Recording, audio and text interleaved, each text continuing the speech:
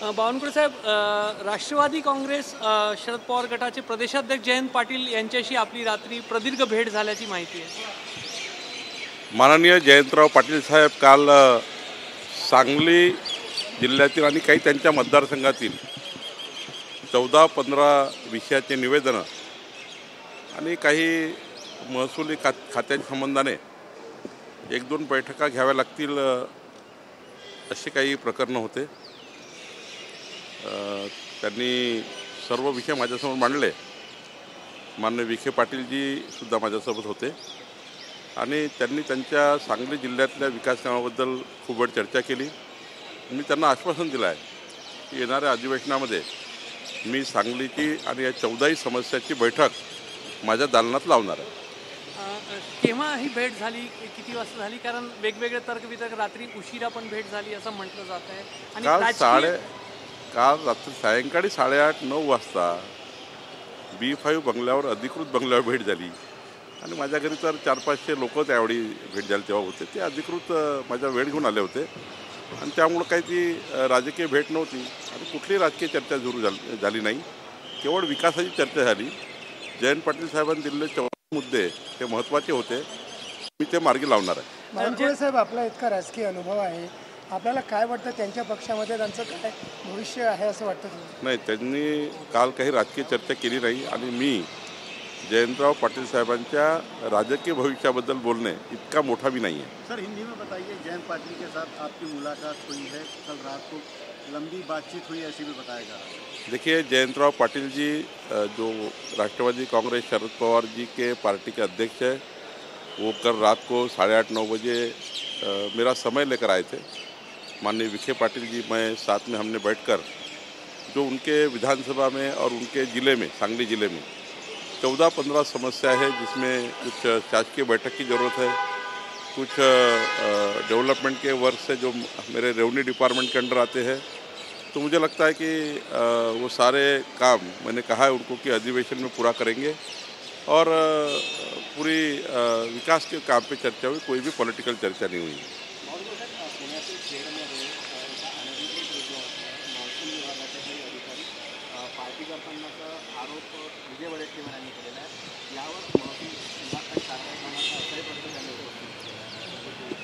मला काल रात्री समजलं, आज सकाळी मी ते बघितलं आहे. आमचे काही महसुली उपजिल्हाधिकारी, काही तहसीलदार त्या पार्टीमध्ये होते. तो रिसॉर्ट अनधिकृत आहे असा प्राथमिक अहवाल आहे. जिल्हाधिकाऱ्याला मी संपूर्ण माहिती मागितली आहे. जिल्हाधिकाऱ्याचा रिपोर्ट आल्यावर त्यावर योग्य कारवाई आम्ही करणार आहोत. सर, ॲग्रीस्टेक एक योजना महसूल विभागाचे कर्मचारी पण काम करतात, मात्र अनेक ठिकाणी ग्रामविकासाचे विभागाचे कर्मचारी आणि महसुली कर्मचारी समन्वय होत नाही आहे. वर्ध्यामध्ये तर कामबंद आंदोलन तलाठ्याने सुरू केलेलं आहे. समन्वयाने करायचं आहे, ग्रामविकास आणि महसूलने करायचं आहे. ॲग्रीस्टॅक म्हणजे प्रत्येक शेतकऱ्याला एक कोड द्यायचा आहे, जे त्यांना बारकोड मिळणार आहे. त्या कोडवर त्यांना संपूर्ण केंद्र सरकारच्या, राज्य सरकारच्या संपूर्ण योजना त्या ठिकाणी शेतकऱ्याला ऑनलाईन मिळणार आहेत.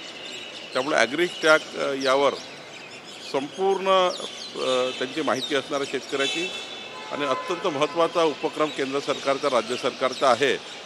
जर काही लोकांनी कामबंद आंदोलन केलं असेल तर ते मी तपासेल, पण या राज्यातल्या शेतकऱ्यांना ॲग्रीस्टॅकमध्ये आणणं अत्यंत महत्त्वाचं आहे. तलाठ्यांचं म्हणणं आहे की वरिष्ठ अधिकारी खूप प्रेशर आणत आहे त्यांच्यावर हे काम करून घेण्यासाठी, म्हणून तो कामच आहे ना, सरकारचं कामच आहे, करावंच लागणार आहे. कारण केंद्र सरकार, राज्य सरकारने ॲग्रीस्टॅकच्या माध्यमातून शेतकऱ्यांना जसं आधार कार्ड आहे त्या पद्धतीचे कार्ड आहे आणि हे कार्ड जर प्रत्येक शेतकऱ्याकडे त्याची नोंदणीकृत कार्ड असेल तर सर्व योजना आपल्याला ॲग्रीस्टॅकच्या माध्यमातून देता येतं. दिल्लीमध्ये आज कॅगचा बहुप्रतीक्षित रिपोर्ट पहिल्याच दिवशी सादर झाला आहे विधानसभेत आणि मोठ्या घोटाळ्याचे त्याच्यामध्ये खुलासे किंवा दावे केले जात आहे भाजपकडून. 2,500 कोटी रुपयाचा वर दारू घोटाळा हा केजरीवालांनी केला यापूर्वीच आपल्याला माहिती आहे.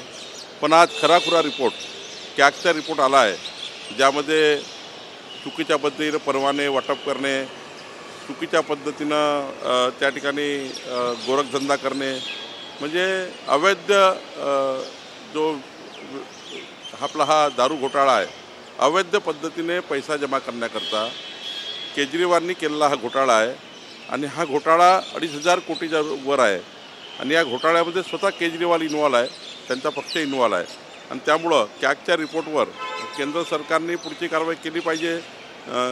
जे घोटाळेबाज आहे त्यांना जेरबंद केलं पाहिजे अशी आमची मागणी आहे. सर, दिल्ली में कैग का रिपोर्ट पेश हुआ है विधान भवन में, कैसे देखते हैं, क्या कहेंगे? केजरीवाल ने, उनकी सरकार ने 2,500 करोड़ रुपए के ऊपर भ्रष्टाचार किया है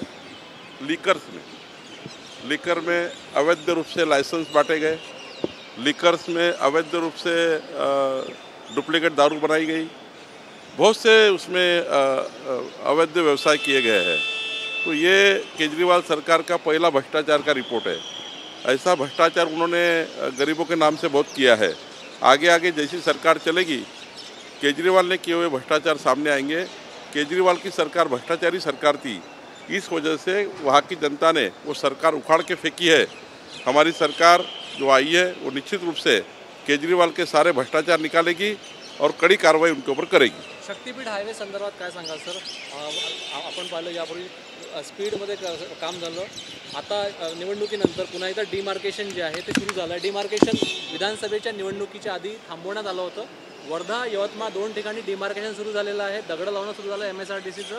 महसूल मंत्री तुम्ही आहात आणि वेगानं काम आता जमीन संपादनाचं सुरू होईल पुढच्या महिन्यात. भूसंपादन या भागाचा मंत्री म्हणून, या विभागाचा मंत्री म्हणून ज्या ठिकाणी शेतकऱ्याच्या अडचणी आहेत त्या शेतकऱ्याच्या अडचणी आम्ही दूर करू. पण कोणत्याही परिस्थितीमध्ये हा महामार्ग झाला तर संपूर्ण महाराष्ट्राचं चित्र, जसं समृद्धी महामार्गाने चित्र बदललं तर शक्तीपीठ महामार्गाने संपूर्ण चित्र बदलणार आहे. काही जर शेतकऱ्याच्या अडचणी असेल तर सरकार सोडवेल. हा मार्ग होणे हे महत्त्वाचं आहे.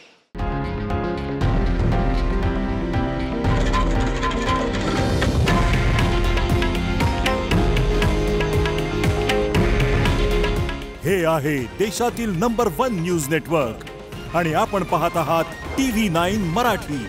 काळजी तुमची, हित महाराष्ट्राचं.